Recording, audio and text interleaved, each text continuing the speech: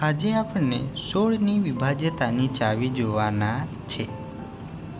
બરાબર છે, તો લખીએ 16ની વિભાજ્યતાની ચાવી. જો કોઈ સંખ્યાના છેલ્લા 4 અંકોથી બનતી સંખ્યાને 16 વડે નિશેષ ભાગી શકાય તો તે સંખ્યાને પણ 16 વડે નિશેષ ભાગી શકાય છે. બીજું જોઈએ, જો એકમ, દશક, સો અને હજાર ચારેય સ્થાન પર શૂન્ય એટલે કે 4 શૂન્ય હોય તો તેવી સંખ્યાને પણ 16 વડે નિશેષ ભાગી શકાય છે. બરાબર છે, આટલા સુધી બધાને કમ્પ્લીટ છે. તમારે સ્ક્રીનશોટ લેવું હોય તો લઈ લેજો. ચાલો હવે ઉદાહરણ જોઈએ.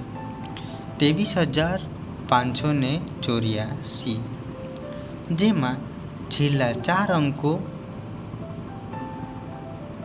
3,584 છે,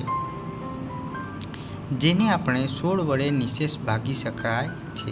તો લખીએ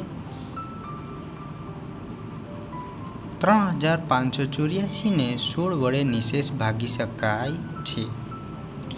માટે 23,584 ને 16 વડે નિશેષ ભાગી શકાય છે. આવા જ વિડીયો જોવા માટે ચેનલને લાઈક અને સબસ્ક્રાઈબ કરી આપજો અને પોતાના મિત્રો પર શેર પણ કરી આપજો. Thank you.